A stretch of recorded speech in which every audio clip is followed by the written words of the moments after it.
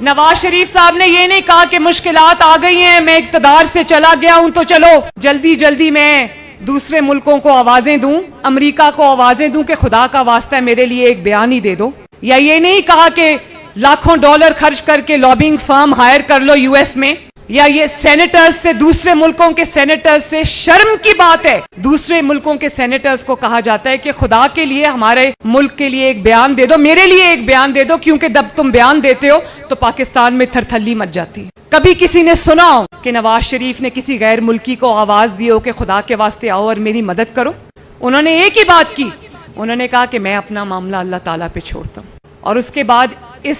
قوم نے، ان کی جماعت نے، آپ نے ان کے ہر وعدے کی، فخر کی، ان کے یقین کی لاج رکھی، جس کے لیے میں آپ سب کی شکر گزار ہوں۔ پاکستان میں اتار چڑھاؤ آئے، مشکلات آئیں، فیصلے کرنے کا وقت آیا،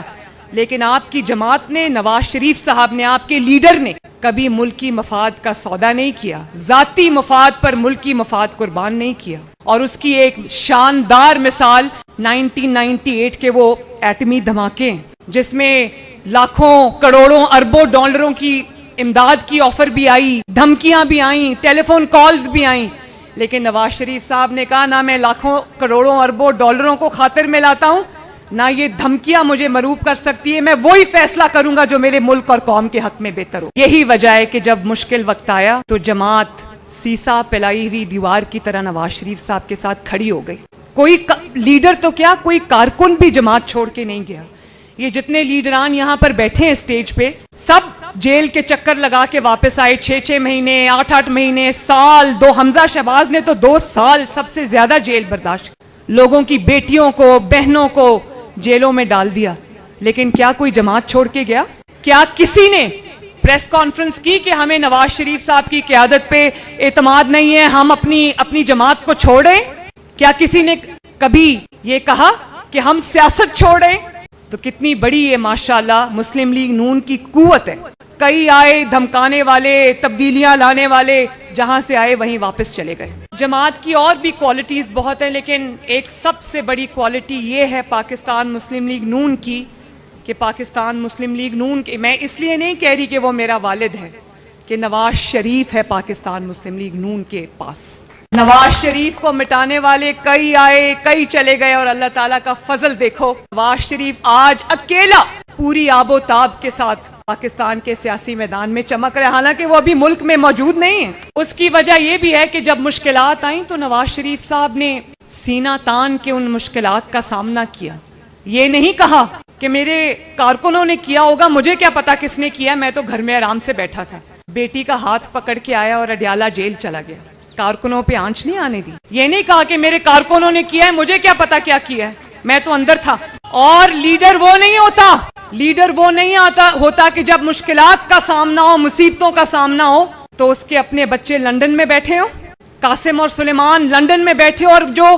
کارکنوں کے قاسم اور سلیمان ہیں وہ جیل کی سلاخوں کے پیچھے ہوں۔ نواز شریف صاحب نے تو نہیں سوچا، مجھے افسوس ہے کہ مجھے اپنی بات کرنی پڑی، میں اپنی بات نہیں کرنا چاہتی، مجھے وکٹم کارڈ کھیلنا بہت برا لگتا ہے، مجھے اس بات کا یہ ہے کہ میں اپنی بات کر رہی ہوں، لیکن نواز شریف صاحب نے تو نہیں کہا کہ فلاں کو پکڑ لو، اس کارکنوں کو پکڑ لو، میری بیٹی کو کچھ نہ کہنا، ہاتھ پکڑ کے میرا وہ جیل میں لے گئے، اور پھر دوسری مرتبہ مجھے ان کے سامنے سے گرفتار کیا گیا، لیکن انہوں نے، اور مجھے آج بھی یاد ہے کہ ان کی آنکھوں میں آنسو آئے تو شہباز شریف صاحب نے ان کے کندھے پر ہاتھ رکھ دیا، اور نواز شریف صاحب نے ایک بات نیب کو کہی، جو افسران مجھے گرفتار کرنے آئے، انہوں نے کہا کہ ایک جملہ کہا کہ یاد رکھنا وقت ایک جیسا نہیں رہتا کبھی۔ اور جب لوگوں کے بچوں پہ مشکلات آئیں، جن کو ورغلایا، جن کے دماغوں میں، جن کی رگوں میں بارود بھرا، جن کے ہاتھوں سے لیپ ٹاپ اور کتابیں لے کے، جن کے ہاتھوں میں پیٹرول بم اور ہتھیار پکڑا دیے، ان کو ورغلایا کہ جاؤ جا کے قومی تنصیبات پر حملہ کرو، افواج پاکستان کی تنصیبات پر حملہ کرو، شہداء کی یادگاروں اور علامتوں پہ حملہ کرو، اور جب وہ پکڑے گئے اس سازش میں، تو اپنے گھر سے بیٹھ کے ٹویٹ کر رہا ہے کہ مجھے قاسم اور سلیمان کے ساتھ شمالی علاقہ جات میں ہائیکنگ بڑی یاد آ رہی، میرا دل اس وقت ٹکڑے ٹکڑے ہو گیا، بھلے وہ کسی اور جماعت کا کارکن ہے تو وہ کارکن نا، تو مجھے بڑی تکلیف ہوئی اس بات کی۔ اور پھر کہتا ہے کہ میرے بچوں کے لیے یہ ملک ٹھیک نہیں ہے، قوم کے بچوں کے ہاتھوں میں جب تم نے بارود پکڑا دیا، ان کے لیے یہ ملک ٹھیک ہے، تمہارے بچوں کے لیے ٹھیک نہیں ہے؟ لوگوں کو کہتا تھا کہ ان کے بچے باہر رہتے ہیں، بھئی یہ مریم نواز شریف آپ کے سامنے کھڑی، اللہ تعالیٰ کا شکر ہے، تمہارے بچے کدھر ہیں؟ تو یہ بہت ہی قوم کی آنکھیں اس بات نے کھولی، لوگوں کو ادراک ہوا اس بات کا، لوگوں کو احساس ہوا اس بات کا کہ نواز شریف کون ہے، مسلم لیگ نون کون ہے، اور یہ کون لوگ ہیں۔ جس جہاز پہ بیٹھ کے آئی تھی وہ جماعت اسی جہاز پہ بیٹھ کے واپس چلی گئی۔ کبھی ان ماؤں کا اس کو خیال نہیں آیا جن ماؤں کے قاسم اور سلیمان جو ہیں وہ دہشت گردی کی عدالتوں میں اس وقت رول رہے ہیں؟ کیا پوچھا جا کے کہ ان کے پاس کوئی مدد کرنے کے لیے ہے، ان کا کوئی حال پوچھنے کے لیے ہے؟ سب کو وہاں پر اپنی اپنی پڑی ہوئی ہے۔ تو یہ بڑی افسوسناک واقعات ہیں۔ اور پھر آپ دیکھیں ان کو کیا ترغیب دی قوم کو، کہا کہ جا کے شہداء کی یادگاروں پہ حملہ کرو۔ آپ مجھے یہ بتائیں کہ کیا شہداء کسی ادارے کے نہیں ہوتے؟ شہداء پوری قوم کے ہوتے ہیں۔ جس نے لسبیلا ہیلی کاپٹر کریش حادثے پر اس نے شہداء کا مذاق اڑایا، اس شخص کو کیا پتا کہ اپنے ملک اور اپنی مٹی کی خاطر جان دینے والا سپاہی یا افسر اس کی کیا قدر ہوتی۔ شرمناک یہ بات ہے، اور یہ شرمناک روایت ڈالی، اور مجھے امید ہے شہباز شریف صاحب یہاں پر موجود ہیں، اور میں آپ سب سے بھی کہتی ہوں کہ مجھے امید ہے کہ انشاءاللہ تعالی اتنا بھیانک اور گھنونا جرم کرنے والے، مجھے امید ہے کہ انشاءاللہ تعالی اپنے انجام کو پہنچیں گے۔ میں سمجھتی ہوں کہ مسلم لیگ نون پر کسی کی کوئی اجارہ داری نہیں ہے۔ مسلم لیگ نون عام عوام کی جماعت ہے، کارکنوں کی جماعت ہے، اور اس پہ سب سے زیادہ حق مسلم لیگ نون کے کارکنوں کا ہے۔ اور پھر کیونکہ سیاسی جماعتوں پر ایک ملک کی اتنی انویسٹمنٹ ہوتی ہے، اس لیے میں سمجھتی ہوں کہ یہ جماعت بھی اس ملک اور اس قوم کی امانت ہے۔ اس لیے اس جماعت کو آگے بڑھانا، اس کو ایکسپینڈ کرنا، اس کی جو گروتھ ہے وہ ہم سب کی ذمہ داری ہے۔ اس میں لوگوں کو شامل کرنا، اور میں یہ سمجھتی ہوں کہ جماعت کے اندر احسن اقبال صاحب ایک ٹیلنٹ ہنٹ پروگرام ہونا چاہیے، جس میں ہر شہر سے جو بہترین کارکن ہیں ان کو چن کے جو ہے ان کو ذمہ داریاں دی جائیں۔ اور جو مسلم لیگ نون میں عمر میں جتنا بڑا ہے اس کا اتنا ہی بڑا فرض ہے، اتنی ہی بڑی ذمہ داری ہے کہ نئے لوگوں کو بھی مسلم لیگ نون کی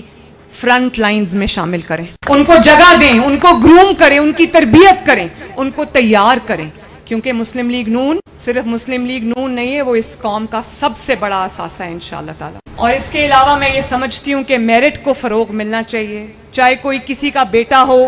بیٹی ہو، میرٹ پہ پورا اترتا ہے، محنت کرتا ہے، تو جماعت اس کو ضرور فوقیت دے، اس کو شامل بھی کرے۔ لیکن اگر کوئی میرٹ پہ پورا نہیں اترتا، کسی کا بھائی ہے، کسی کا بہن ہے، کسی کی بیٹی ہے، کسی کچھ بھی ہے، اس کو عہدہ نہ دیا جائے۔ اور میں یہ بھی سمجھتی ہوں کہ جو کارکردگی ہے اس کے ساتھ عہدوں کو لنک کیا جائے۔ جو لوگ کئی سال سے عہدوں پر بیٹھے ہیں اور کارکردگی نہیں ہے، ان سے معذرت کے ساتھ عہدے لے کر ان کو دیے جائے جو جماعت کے لیے کچھ کرنے کا ہنر رکھتے ہیں۔ اور میں یہاں پر بیٹھے صوبائی صدور جو ہیں، رانا ثناء اللہ صاحب نے کوئی اس میں شک نہیں، محنت کی ہے، امیر مقام صاحب بھی ہمیشہ آپ کو متحرک نظر آتے ہیں، لیکن میں جماعت کے باقی صدور سے بھی اور ان سے بھی یہ ریکویسٹ کرتی ہوں کہ جماعت کو سب سے گلی لیول تک جو ہے وہ فعال بنائیں، لوگوں کو عہدے دیں۔ یہ جو عہدے ہوتے ہیں یہ فخر ہوتے ہیں، عہدوں کو ہم نے اپنی جماعت میں رکھ کے کیا کرنا ہے، دے لوگوں کو تاکہ لوگ کام کریں، اونرشپ فیل کریں۔ اور میں پوری کوشش کر رہی ہوں کہ رانا ثناء اللہ صاحب نے جو محنت کی ہے، جو ونگز مجھے دیے ہیں، جس میں علماء کا ونگ ہے، لائرز ونگ ہے، ویمن ونگ ہے، یوتھ ونگ ہے، کسان ونگ ہے،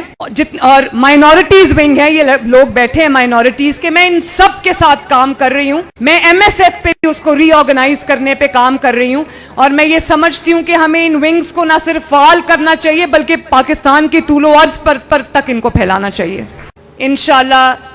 اس سال میں الیکشنز جو ہیں وہ ہم امید کرتے ہیں کہ خیر خیریت سے انشاءاللہ تعالی الیکشنز کا مرحلہ بھی آئے گا۔ آپ سب سے میں یہ کہتی ہوں کہ آپ نے پوری قوت سے، پورے جذبے سے، پورے ایمان سے، پورے یقین سے اور خود اعتمادی کے ساتھ